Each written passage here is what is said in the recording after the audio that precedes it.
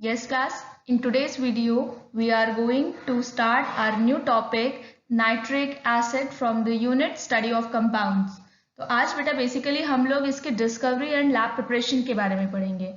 ठीक है, तो देख लेते हैं, फर्स्ट इसका इंट्रोडक्शन देख लेते हैं। तो जो आपका नाइट्रिक एसिड है, इन 8th सेंचुरी हमारे एक साइंटिस्ट थे ऑलकेमिस्ट। ठीक है, उन्होंने नाइट्रिक एसिड को नाम दिया एक्वा फोर्टिस। एक्वा फोर्टिस का मतलब होता है बेटा स्ट्रॉन्ग वाटर। एक्वा का मतलब होता है वाटर, ये तो आपको पता ही है। एक्वा फोर्टिस का मतलब होता है स्ट्रॉन्ग वाटर, और इन्होंने ये नाम दिया on the basis of his studies. इन्होंने अपनी स्टडीज के टाइम पे ऑब्जर्व किया that nitric acid have corrosive action on many metals. Now corrosive action मतलब कि जब आपका ये मेटल्स के साथ रिएक्ट करता है तो उनके अपर सरफेस को ये क्या कर देता है, डिस्ट्रॉय कर देता है आपका। ठीक है, तो जैसे रस्ट है, rusting is also form of corrosion. तो कोरोजन होता क्या है, basically the phenomena of eating up away of the surface of metal by air, moisture और बाय सम अदर एसिड्स। ठीक है, तो 8th सेंचुरी में जो आपके ऑलकेमिस्ट थे, इन्होंने नाइट्रिक एसिड को नाम दिया aqua fortis due to its corrosive action on many metals. ये याद रखिएगा। ठीक है, नाउ इसके बाद फर्दर स्टडीज चलती गई एंड 16th सेंचुरी में एक साइंटिस्ट आए ग्लोबर। तो ग्लोबर ने क्या किया, इन्होंने लैबोरेटरी में नाइट्रिक एसिड की प्रिपरेशन की। कैसे की, बाय डिस्टिलिंग नाइट्रे मीन्स होता है, नाइट्रे आपका बेटा सॉल्ट है नाइट्रिक एसिड का, पोटेशियम नाइट्रेट को कॉमनली नाइट्रे बोला जाता है आपका। ठीक है, तो ही distilled nitre with concentrated sulphuric acid. जब उन्होंने नाइट्रे का रिएक्शन करवाया कॉन्सेंट्रेटेड सल्फ्यूरिक एसिड के साथ, तो उन्होंने नाइट्रिक एसिड बनाया। अब क्योंकि उन्होंने नाइट्रे से नाइट्रिक एसिड की प्रिपरेशन की, तो उन्होंने ये नाम दिया, नाइट्रिक एसिड का नाम दिया। ठीक है, उन्होंने नाइट्रिक एसिड को नाम दिया नाइट्रिक एसिड। ठीक है, due to its preparation from nitric acid he had given the name to this acid nitric acid. ठीक, नाउ इन उसके बाद फिर फर्दर आपकी स्टडीज कंटिन्यू रही। देन 17th सेंचुरी में आए एक और आपके केमिस्ट आए कैवेंडिश। तो कैवेंडिश ने क्या किया, उन्होंने नाइट्रिक एसिड की कॉम्पोजिशन को पढ़ा कि आपका नाइट्रिक एसिड किन किन एलिमेंट से मिलके बना है, एंड वो एलिमेंट्स जो नाइट्रिक एसिड बना रहे हैं वो किस रेशियो में एक दूसरे के साथ कंबाइन हुए हैं आपके। ठीक है, अब नेक्स्ट आता है बेटा इसका अकरेंस। नाउ अकरेंस है कि आपका फ्री स्टेट में भी मिलता है एंड कंबाइंड स्टेट में भी मिलता है आपका। फ्री स्टेट में ये आपका नाइट्रोजन साइकिल में बनता है। ठीक है, तो होता क्या है, देखो नाइट्रोजन साइकिल में होता क्या है, नाइट्रोजन साइकिल में आपका जो आपके कुछ स्टेप्स हैं आपके, देखिए फर्स्ट स्टेप में आपका नाइट्रोजन जो है, nitrogen it combines with oxygen and results in the formation of nitric oxide. अब आपका जो नाइट्रोजन होता है, ये नाइट्रोजन देखिए आप लोगों ने इसका स्ट्रक्चर देखा हुआ है, दो नाइट्रोजन के एटम्स के बीच में ट्रिपल बॉन्ड होता है। नाइट्रोजन के एक मॉलिक्यूल में जो दो नाइट्रोजन के एटम्स इन्वॉल्व होते हैं उनके बीच में क्या होता है, ट्रिपल बॉन्ड होता है। इसका मतलब नाइट्रोजन का मॉलिक्यूल जो होता है एक्सट्रीमली स्टेबल होता है। उसी तरीके से ये ऑक्सीजन के साथ कंबाइन कर रहा है, तो ऑक्सीजन में भी दो ऑक्सीजन के एटम्स के बीच में क्या होता है, डबल बॉन्ड होता है। दोनों एक्सट्रीमली स्टेबल मॉलिक्यूल्स हैं। ठीक है, तो ये रिएक्ट कैसे करेंगे, क्योंकि रिएक्शन के लिए तो इन एटम्स के बीच का बॉन्ड टूटना बहुत जरूरी है, दो नाइट्रोजन के बीच का बॉन्ड टूटना जरूरी है। तो क्योंकि एक नाइट्रोजन का एटम जब एक ऑक्सीजन के एटम के साथ कंबाइन करेगा तो हमें एक मॉलिक्यूल मिलेगा नाइट्रिक ऑक्साइड का। ठीक है, तो यहाँ पे जो एनर्जी होती है बहुत लार्ज अमाउंट में हमें एनर्जी चाहिए होती है, और ये एनर्जी सप्लाई होती है ड्यूरिंग लाइटनिंग डिस्चार्ज। तो होता क्या है कि ड्यूरिंग लाइटनिंग डिस्चार्ज हमारी एटमॉस्फेयर में प्रेजेंट जो आपकी सबसे ज्यादा अमाउंट में गैस प्रेजेंट है वो कौन सी है, नाइट्रोजन। और उसके बाद सेकंड नंबर पे कौन सी गैस सबसे ज्यादा प्रेजेंट है, ऑक्सीजन। तो during lightning discharge this nitrogen combines with oxygen and it results in the formation of nitric oxide. Then होता क्या है, अब नाइट्रिक ऑक्साइड बन गया। नाइट्रिक ऑक्साइड जो है ये बहुत इजीली ऑक्सीडाइज हो जाता है ऑक्सीजन के प्रेजेंस में। तो ये जो नाइट्रिक ऑक्साइड आपका बना है, it get oxidized by the atmospheric oxygen and it results in the formation of nitrogen dioxide. इसने नाइट्रोजन डाइऑक्साइड बनाया। Now nitrogen dioxide being an acidic gas, कि जो आपकी एसिडिक गैसेस होती है, मोस्टली आपकी एसिडिक गैसेस होती है, they are highly soluble in water and after being dissolving in water they results in the formation of acids। ठीक है, तो ये जो नाइट्रिक ऑक्साइड नाइट्रोजन डाइऑक्साइड है, ये नाइट्रोजन डाइऑक्साइड आपकी बीइंग एन एसिडिक गैस, ये हमारे एटमॉस्फेयर में प्रेजेंट मॉइस्चर के साथ कंबाइन हो जाती है in the presence of oxygen and it results in the formation of nitric acid. ठीक है, अब ये नाइट्रिक एसिड हमारे एटमॉस्फेयर में प्रेजेंट रहता है, एंड जब बेटा रेनफॉल होता है तो ड्यूरिंग रेनफॉल रेनफॉल ये आपका बारिश के साथ आपका नीचे आ जाता है इन द फॉर्म ऑफ आपका एसिड रेन आपका नीचे आ जाता है, ठीक है। एंड अर्थ के सरफेस पे प्रेजेंट जो आपके मिनरल कार्बोनेट्स होते हैं उनके साथ ही कंबाइन कर जाता है। तो देखिए लास्ट रिएक्शन जो है आपकी कि आपका जो आपका नाइट्रिक एसिड है it combines with the mineral carbonates present over the surface of earth and it results in the formation of soluble nitrates, ठीक है। तो ये सॉल्युबल नाइट्रेट्स की फॉर्मेशन करता है along with water and carbon dioxide as a by product, ठीक है। तो यहाँ पे देख लीजिए सारे स्टेप्स। तो फर्स्ट स्टेप में आपका नाइट्रोजन जो है it combines with oxygen and it results in the formation of nitric oxide. Second step में आपका नाइट्रिक ऑक्साइड जो है वो आपका उसका फर्दर ऑक्सीडेशन हो रहा है क्योंकि नाइट्रिक ऑक्साइड जो बना है ये आपका बहुत इजीली ऑक्सीडाइज हो जाता है। तो बनने के साथ ही आपका ऑक्सीडाइज हो जाएगा एटमॉस्फेरिक ऑक्सीजन के साथ and it results in the formation of nitrogen dioxide. Nitrogen dioxide being highly soluble in water, it dissolves in the moisture present in the atmosphere and results in the formation of nitric acid. और ये जो nitric acid है ये nitric acid it remains present in the atmosphere and it comes over the surface of the earth along with rainfall, ठीक है। When it comes over the surface of earth it combines with the mineral carbonates and it results in the formation of soluble nitrates, ठीक है, which are easily absorbed by the plants, ठीक है, along with water and carbon dioxide as a byproduct. Now combined state में ये किस form में पाया जाता है? combined state में बेटा ये अभी आपको बताया कि जो ये थे ग्लोबर थे उन्होंने नाइट्रे से प्रिपरेशन की थी, तो आपका नाइट्रे के फॉर्म में जो आप अपने मतलब कंबाइंड स्टेट में अपने सॉल्ट्स के फॉर्म में नाइट्रेट्स के जो सॉल्ट्स होते हैं उस फॉर्म में आपका नाइट्रिक एसिड पाया जाता है, ठीक है। जैसे नाइट्रे हो गया आपका, ठीक है, Chile saltpetre, Bengal saltpetre, ये जो salt NaNO3 KNO3 combined state में आपका नाइट्रिक एसिड अपने सॉल्ट्स के फॉर्म में पाया जाता है आपका। Next is laboratory preparation of nitric acid. तो यहाँ हम देखेंगे कि हम लैब में कैसे नाइट्रिक एसिड बना सकते हैं। तो इसके लिए हमें सबसे पहले ग्लास रिटॉर्ट लेना है और ग्लास रिटॉर्ट में हमें ऐड करना है सोडियम नाइट्रेट, ठीक है। तो ये ग्लास रिटॉर्ट में सोडियम नाइट्रेट ऐड किया। नाउ अब हम इसमें सल्फ्यूरिक एसिड ऐड करेंगे ड्रॉपर से, ठीक है। सल्फ्यूरिक एसिड ऐड करने के बाद हमने स्टॉपर से बंद किया। देन हम लोग टेम्परेचर प्रोवाइड कराएंगे 200 डिग्री सेंटीग्रेड का, जिस पर कि आपका ये जो सोडियम नाइट्रेट है ये सल्फ्यूरिक एसिड के साथ रिएक्ट करके नाइट्रिक एसिड के वेपर्स की फॉर्मेशन करेगा। ये वेपर्स देन आपके यहाँ वाटर कूल्ड रिसीवर में कंडेंस्ड करके कलेक्ट कर लिए जाएंगे आपके, ठीक है। तो ये जो वेपर्स जो यहाँ से उठ रहे हैं ये आपके रिसीवर में जाएंगे और यहाँ ये क्योंकि ये रिसीवर जो है ये वाटर कूल्ड है तो यहाँ वेपर्स कंडेंस करके कलेक्ट हो जाएंगे आपके, ठीक।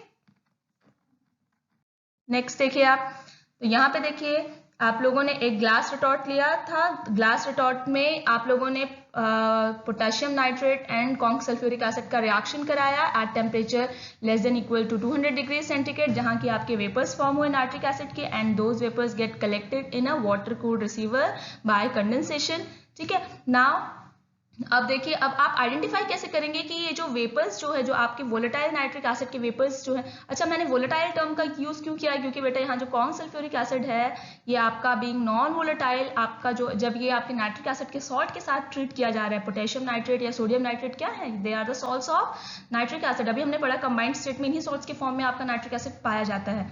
तो when these salts are heated with concentrated sulphuric acid which is a non volatile acid, it displaces the volatile nitric acid from their salt. तो जो वेपर्स वोलेटाइल नाइट्रिक एसिड के आपके यहाँ से आपके आ रहे हैं वो आपके एक वाटर कूल्ड रिसीवर में आपके बाय कंडेंसेशन कलेक्ट कर लिए जा रहे हैं, ठीक है। ना हम आइडेंटिफाई कैसे करेंगे कि ये जो वेपर्स हमने कलेक्ट किए हैं या जो लिक्विड यहाँ पे बाय द कंडेंसेशन आपका कलेक्ट हुआ है, ठीक है, by the condensation of vapours आपका जो लिक्विड यहाँ पे कलेक्ट हुआ है वो आपका नाइट्रिक एसिड ही है।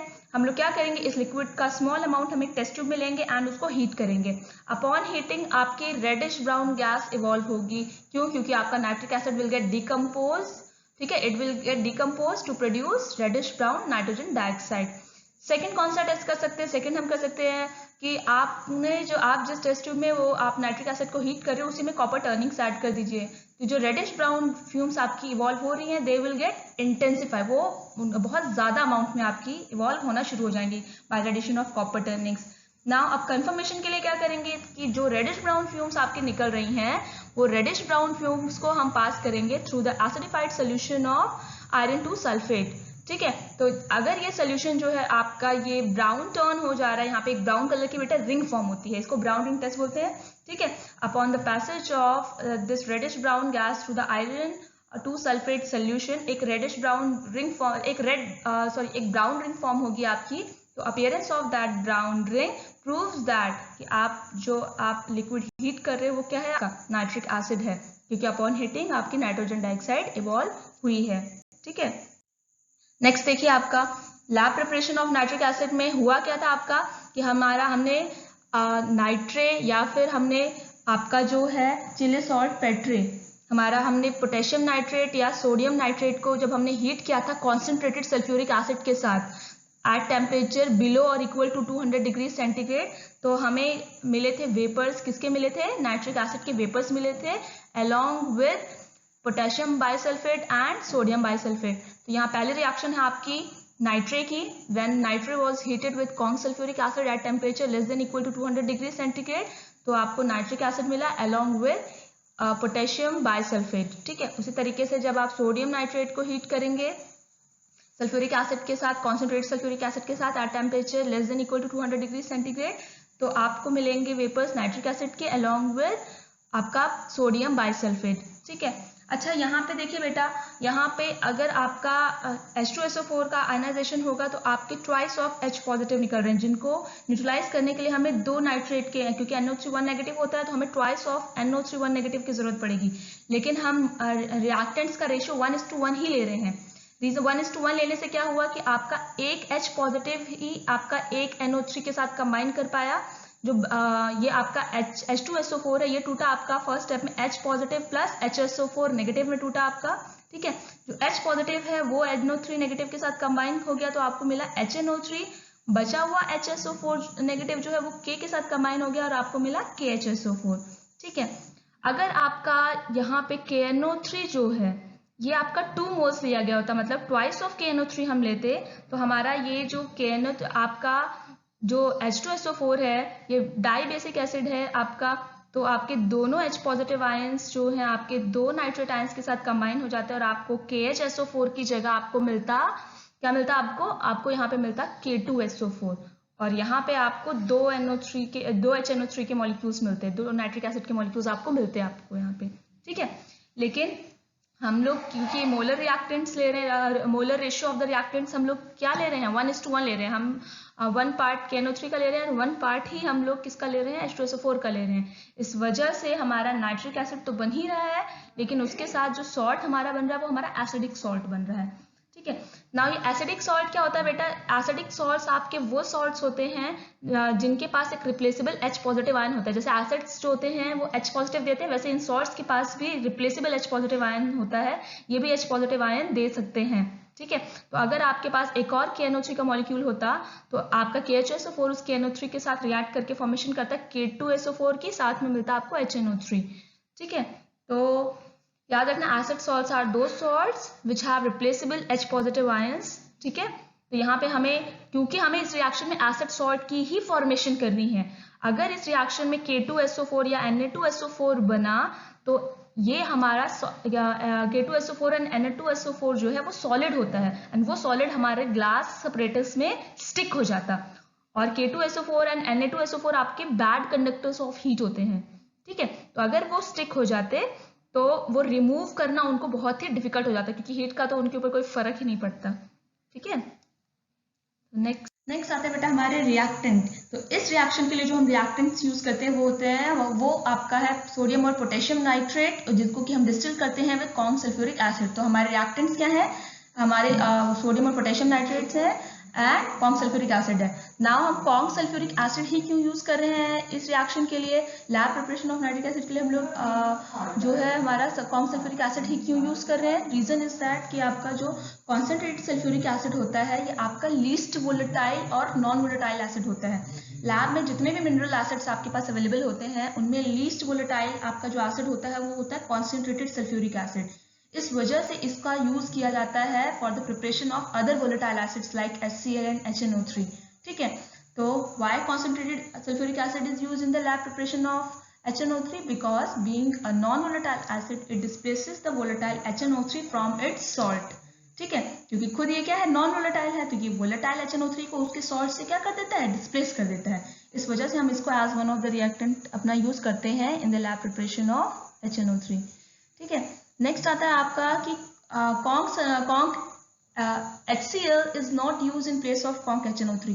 अब हम कॉन्क HCl क्यों नहीं यूज करते in place of conc sulphuric acid? Conc sulphuric acid की जगह अगर कॉन्क HCl यूज करेंगे तो क्या होगा? अब बेटा ये तो हम HCl चैप्टर में पढ़ चुके हैं that HCl is a volatile acid, ठीक है, in comparison to conc sulphuric acid. आपका जो HCl होता है, हाइड्रोक्लोरिक एसिड होता है, it is a volatile acid. And HNO3 भी अभी बताया आपको, HNO3 is also a volatile acid. So a volatile acid cannot be used to displace another volatile acid from its salt.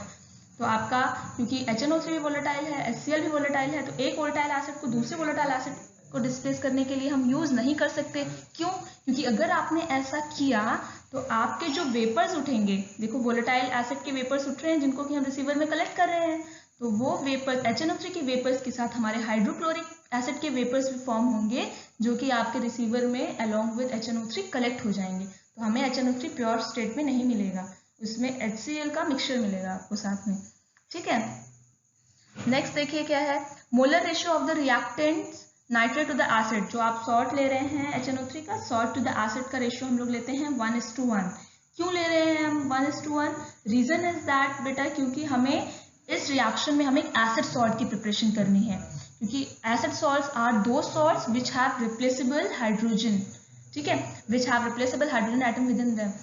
आपके वो एसिड सॉल्ट्स कहलाते हैं, जैसे NaHSO4, KHSO4, इनके पास एक एक H है जो कि रिप्लेस हो सकती है, ये एक एक H पॉजिटिव आयन आपका दे सकते हैं, तो ये एसिड सॉल्ट हुआ। एसिड्स की तरह H पॉजिटिव आयन ये भी दे सकते हैं, इनके पास एक रिप्लेसेबल H पॉजिटिव आयन, इनके पास एक रिप्लेसेबल हाइड्रोजन एटम होता है, ठीक है।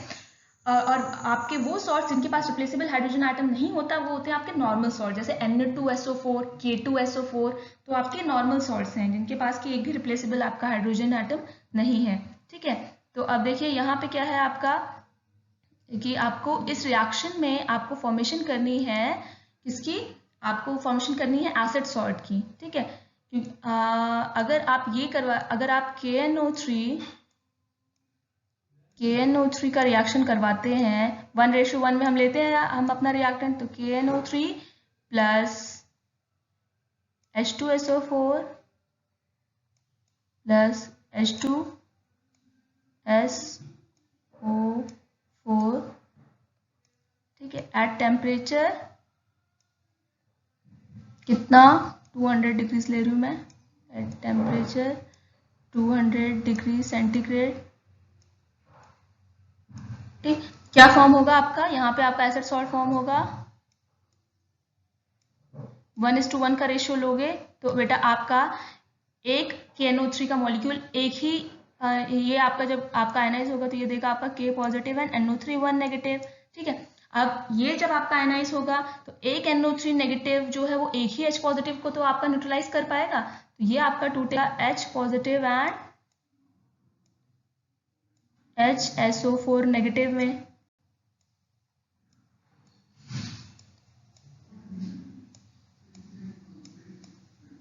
ठीक है। ये टूटा आपका H पॉजिटिव HSO4 नेगेटिव में, ये H पॉजिटिव जो है ये इस NO3 नेगेटिव के साथ कंबाइन होकर क्या बना दिया? HNO3, ठीक है। और साथ में आपको बाय प्रोडक्ट में क्या मिला? KHSO4, तो यहाँ मिलेगा आपको KHSO4 प्लस हमें मिलेगा HNO3,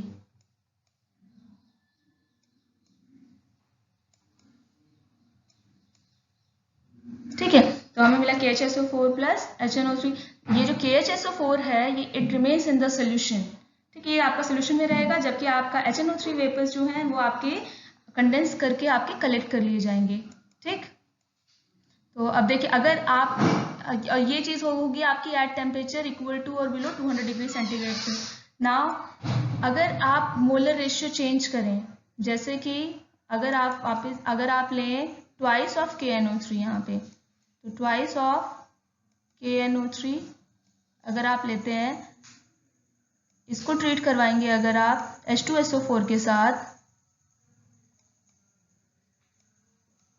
ट्वाइस ऑफ KNO3 को अगर आप ट्रीट कराएंगे H2SO4 के साथ, अब देखिए यहाँ पे आपके दो नाइट्रेट के आयंस तो हैं, K पॉजिटिव NO3 1 नेगेटिव, दो नाइट्रेट के आयंस हैं, इसके पास दो H पॉजिटिव देगा ये, तो आपको मिलेगा तो HNO3 मिलेगा, तो आपको ट्वाइस ऑफ HNO3 मिलेगा आपको यहाँ पे प्रोडक्ट में,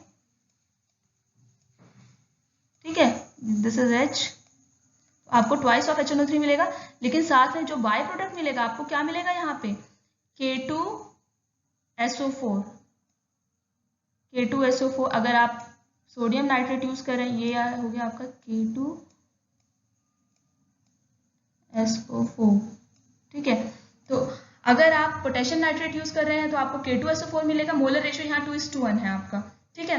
तो यहाँ पे ये जो K2SO4 या अगर आप NaNO3 ले रहे हैं तो Na2SO4 ये जो बनता है it is a solid residue, ठीक है, and it get stick in the glass apparatus, ये हमारे ग्लास अपरेटस पे स्टिक हो जाएगा।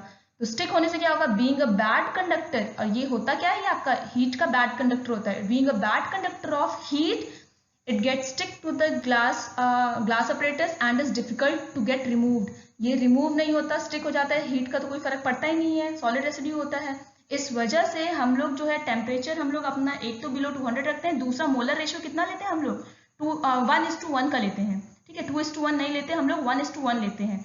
लेना कितना चाहिए, आपके अगर 2 H पॉजिटिव आ रहे हैं तो हमें 2 ही नाइट्रेट आयंस की जरूरत होती है, लेकिन क्योंकि हमें इस रिएक्शन में क्या फॉर्म करना है, एक एसिड सॉल्ट की फॉर्मेशन करनी है, क्योंकि एसिड सॉल्ट बीइंग सॉल्युबल जो है आपका सोल्यूशन में ही रहेगा, वो रेसिड्यू फॉर्म नहीं करेगा, ठीक है।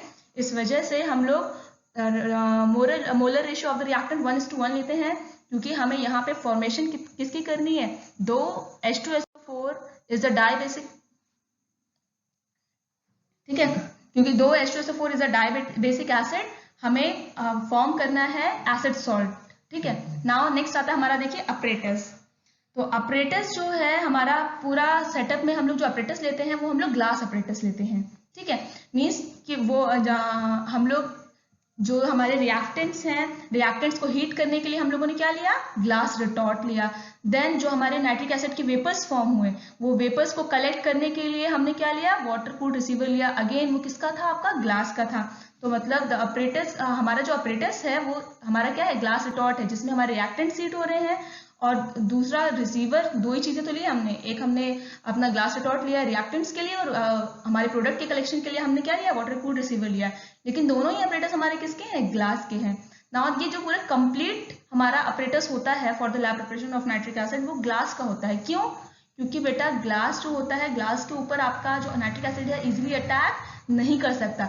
बट अगर इंस्टेड ऑफ ग्लास अगर आप कोई अदर मटेरियल आप यूज करते हो, एक्वा फोर्टिस नाम क्यों दिया गया था, क्योंकि एक्वा फोर्टिस का मतलब क्या था, स्ट्रॉन्ग वाटर। क्यों स्ट्रॉन्ग वाटर कहा था इसको केमिस्ट ने, क्योंकि आपका it have corrosive action on many metals, many other substances, आपका क्योंकि इसका एक्शन कैसा है, being a highly corrosive acid, अगर आप कुछ और यूज करते हो, जैसे रबर कॉक वगैरह अगर आप कुछ और यूज करते हो, तो उसके ऊपर अटैक करके उसको क्या कर देगा, ये कोरोड कर देगा। So the complete apparatus is made up of glass only, since जो नाइट्रिक एसिड होता है, the vapours of nitric acid being highly corrosive, they will attack the rubber कॉक और any other material if used, ठीक है। Now the next is temperature of the reaction. तो temperature of the reaction should be properly maintained and controlled. क्यों, क्योंकि बेटा अभी बता आपको, अगर टेम्परेचर आपका लेस देन इक्वल टू 200 होता है तो आपका HNO3 के साथ आपका एक एसिड सॉल्ट बनता है, ठीक है। अगर टेम्परेचर अबव 200 जाएगा तो आपका क्या क्या होगा, तो अगर अबव 200 जाएगा तो फर्दर एक तो सबसे पहली पॉसिबिलिटी रहेगी आपका एसिड सॉल्ट की जगह आपका नॉर्मल सॉल्ट बन सकता है, ठीक है। तो यहाँ पे देखिए, तो टेम्परेचर अगर लेस देन एंड अराउंड, अगर आपका temperature if the temperature is less than and around 200 degree centigrade है, तो आपका NaNO3 it combines with NaNO3 KNO3। बेटा मैंने काफी सारे रिएक्शंस में NaNO3 लिया है, कुछ रिएक्शन से मैंने KNO3 लिया है, तो उसे कंफ्यूज मत होइएगा, नाइट्रेट के सॉल्ट्स नहीं, सारे सॉल्ट्स जो हैं आपके नाइट्रिक एसिड के सॉल्ट्स हैं, ठीक है, क्योंकि आपके मैंने कंबाइंड स्टेट में जो आपके दो सॉल्ट्स हैं आपके नाइट्रिक एसिड के वही यूज किए हैं। तो चाहे आप KNO3 लीजिए, चाहे आप NaNO3 लीजिए, ठीक है, तो आपका बस बाय प्रोडक्ट आपका चेंज होगा, मेजर प्रोडक्ट हमारा HNO3 ही बनेगा सब में, ठीक है। तो if the temperature is less than और अराउंड 200 डिग्री सेंटीग्रेड, तो हमें HNO3 के साथ हमें क्या मिलेगा, हमारा एसिड सॉल्ट मिलेगा, ठीक है, जो कि हमारे रिएक्शन में किसी तरीके से इंटरफेयर नहीं करेगा, ठीक है, it remains in the solution, ठीक। तो हमारा एक प्रोसेस इजीली कैरी आउट होगा। Now if the temperature is about 200 degree centigrade, तो होगा क्या कि आपका जो ये जो बाय प्रोडक्ट बना है NaHSO4, टेम्परेचर आप बढ़ाओगे तो फर्स्ट स्टेप में तो बनेगा तो यही, लेकिन सेकेंड स्टेप में यही बाय प्रोडक्ट आपका कंबाइन कर जाएगा आपके रिएक्टेंट के साथ NaNO3 के साथ, and it will form a normal salt. ऊपर देखिए हमारा एसिड सॉल्ट बना था, एसिड सॉल्ट तो सोल्यूशन में रहेगा, ये जो नॉर्मल सॉल्ट बनेगा it will get stick to the glass walls and being a bad conductor of heat it is difficult to be removed, easily remove भी नहीं होगा, ठीक, क्योंकि बैड कंडक्टर है और ग्लास वॉल से स्टिक हो जाएगा। तो जब हीट ही अंदर नहीं आएगी तो फर्दर रिएक्शन हमारा क्या हो जाएगा, स्टॉप हो जाएगा, ठीक है, आगे का रिएक्शन ही नहीं होगा क्योंकि हीट को तो अंदर आने ही नहीं देगा, ये बैड कंडक्टर है, ठीक है। इस वजह से हम कोशिश करते हैं कि टेम्परेचर हमारा less than and around 200 degree centigrade रहे। इसके अलावा और क्या आपके हम और क्या चीजें जो है वो अबाउट 200 डिग्री सेंटीग्रेड पे आपको फेस करनी पड़ती है, क्या क्या डैमेज कॉज होता है वो देख लेते हैं आगे। तो if the temperature about 200 degree centigrade is used, तो आपका होगा क्या, अगर ज्यादा टेम्परेचर यूज करोगे तो हमारा जो ग्लास अपरेटस है वो क्या हो जाएगा, आपका क्रैक हो सकता है, तो मतलब ग्लास अपरेटस को हमारे डैमेज हो सकता है।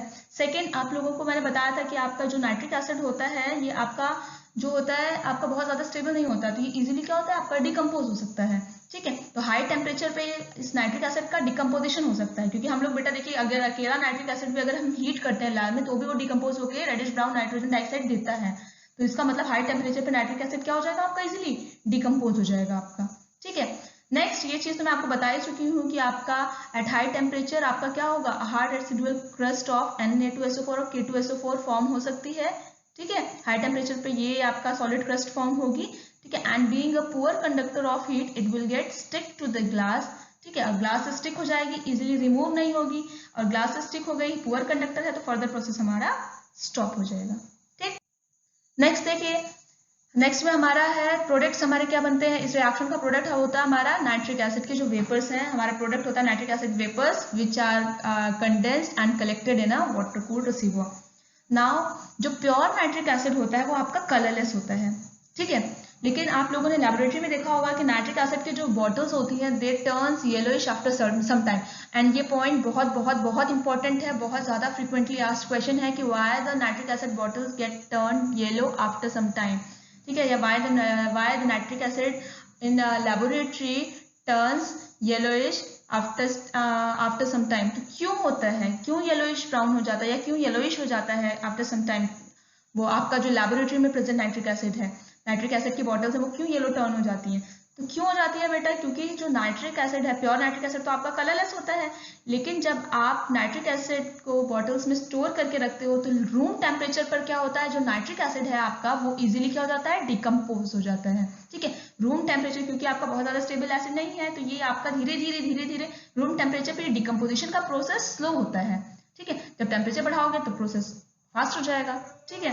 तो आपका जो नाइट्रिक एसिड है वो धीरे धीरे आपका रूम टेम्परेचर पर भी डिकम्पोज होता रहता है, और डिकम्पोज होकर कौन सी गैस प्रोड्यूस करेगा आपका, वो नाइट्रोजन डाइऑक्साइड प्रोड्यूस करेगा, ठीक है। नाइट्रोजन डाइऑक्साइड कैसी गैस है आपकी, एसिडिक गैस है, तो ये गैस जो है आपकी it remains dissolved in the acid, इसका कलर कैसा होता है, रेडिश ब्राउन, तो इसके कलर की वजह से due to the formation of, तो अगर आपसे कोई पूछे कि क्यों आपके नाइट्रिक एसिड की bottles they turns yellow after some time, due to the decomposition of nitric acid to produce reddish brown nitrogen dioxide, ठीक है, which remains dissolved in the acid, and due to the formation of this reddish brown nitrogen dioxide it imparts yellowish color to the nitric acid bottle, ठीक है। तो ये जो formation है इसकी वजह से, इसकी फॉर्मेशन की वजह से जो हमारा पूरा एसिड का कलर होता है वो कैसा हो जाता है आपका, येलोइश ब्राउन हो जाता है, ठीक है।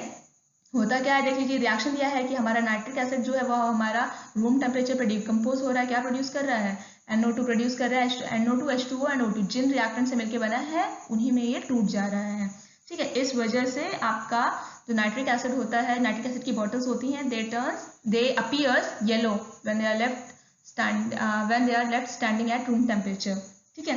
तो यही जो है आपका क्वेश्चन आता है कि why nitric acid appears yellow when it is left standing in glass bottles in laboratory, तो रीजन इसका यही रहेगा due to its decomposition to produce reddish brown nitrogen dioxide which remains dissolved in the acid, और उसके बाद आपको ये reaction देना होगा, ठीक है। तो आपका आंसर कंप्लीट हो जाएगा। नेक्स्ट आपका आता है अब देखिए आपका एसिड जो है, आपका जो बॉटल्स हो गई वो आपकी येलो हो गई या येलोइश ब्राउन हो गई, ठीक है। Now that yellowish brown colour को आप किस तरीके से रिमूव कर सकते हो, again very very important question, pre boards में एंड बोर्ड्स में बहुत ज्यादा पूछा जाने वाला क्वेश्चन है, तो वो तो सिंपली आपके लिखते हैं write 2 methods to remove the yellowish brown tinge, in nitric acid bottles. तो आपका येलोइश ब्राउन टिंज को रिमूव करने के लिए दो मेथड्स कौन कौन से हैं, बाय बबलिंग ऑफ एयर और carbon dioxide and by dilution with water. ठीक है, तो बाय बबलिंग विद एयर क्या होगा, बाय बबलिंग ऑफ एयर और कार्बन डाइऑक्साइड होगा क्या कि जो आपकी नाइट्रोजन डाइऑक्साइड जो कि डिजोल्व है, डिजोल्व फॉर्म में जो नाइट्रोजन डाइऑक्साइड के मॉलिक्यूल्स हैं they will get escape out, वो आपके निकल जाएंगे बाहर। और क्या होगा, और ये पॉसिबिलिटी या तो वो आपके मॉलिक्यूल्स निकल जाए, या ये पॉसिबिलिटी है कि the nitrogen dioxide gas which is dissolved in the acid, क्योंकि हम लोग पास करेंगे, जब एयर पास करेंगे एयर में प्रेजेंट होती है ऑक्सीजन, हमारे एसिड में प्रेजेंट है वाटर के मॉलिक्यूल्स। ठीक है, लेबोरेटरी में हम लोग डाइल्यूट एसिड्स रखते हैं, डाइल्यूट कॉन्सेंट्रेटेड दोनों रखते हैं, मतलब आपका वाटर का अमाउंट तो होता ही है। ठीक है, वाटर तो प्रेजेंट होता ही है, चाहे डाइल्यूट हो चाहे कॉन्सेंट्रेटेड हो, वाटर की स्लाइट कॉन्सेंट्रेशन तो होती ही है। अब जब आप एयर पास करोगे तो जो नाइट्रोजन डाइऑक्साइड है NO2 plus H2O plus air में प्रेजेंट O2, ठीक है, तीनों का कॉम्बिनेशन होगा, तीनों का रिएक्शन होगा and it forms nitric acid again. तो देखिए, तो यहाँ पे बाय बबलिंग ऑफ एयर और कार्बन डाइऑक्साइड दो चीजें पॉसिबल है, it drives out the reddish brown nitrogen dioxide gas from the warm acid, या तो आपका नाइट्रोजन डाइऑक्साइड गैस निकल जाएगा, एंड सेकेंड पॉसिबिलिटी क्या है, and further oxidises nitrogen dioxide to nitric acid, और सेकेंड है आपका फर्दर आपका ऑक्सीडेशन हो जाएगा नाइट्रोजन डाइऑक्साइड का, किसमें, नाइट्रिक एसिड में, क्योंकि एयर में ऑक्सीजन है। ठीक है, CO2 डालोगे, अगर CO2 पास करोगे तो CO2 क्या करेगी, आपका NO2 को आपका निकाल देगी। ठीक है, एसिड से, वार्म एसिड से। Next is dilution with water. अब आपका बेटा एसिड येलो है, जितना ज्यादा डाइल्यूशन करोगे तो आपका येलो कलर, तो आपका वाटर आप डाल रहे हो, NO2 is a acidic gas, and NO2 हो गई, CO2 हो गई, आपकी जो SO2 हो गई, acidic gases are soluble, most of the acidic gases are soluble in water. तो बीइंग सॉल्युबल इन वाटर, ये आपकी इजीली वाटर में क्या हो जाएगी, आपकी डिजोल्व हो जाएगी। ठीक है, वाटर में डिजोल्व होकर क्या बना देगी, अगेन नाइट्रिक एसिड बना देगी। तो by dilution with water, dilution with water causes the dissolution of NO2, ठीक है, because NO2 is a water soluble gas। ठीक, that's all for today's lecture बेटा, आज के लिए बस इतना ही। इसको अच्छे से एक बार आप लोग अच्छे से वीडियो देख लीजिएगा, जो आपकी क्वेरीज हो आप कमेंट बॉक्स में पूछ लीजिएगा। ठीक है, आज के लेक्चर में बस इतना ही। नेक्स्ट हम लोग पढ़ेंगे manufacture of nitric acid by Ostwald's process, तो अगले लेक्चर में हम वो डिस्कस करेंगे। फिलहाल आज के लिए इतना ही। Thank you so much.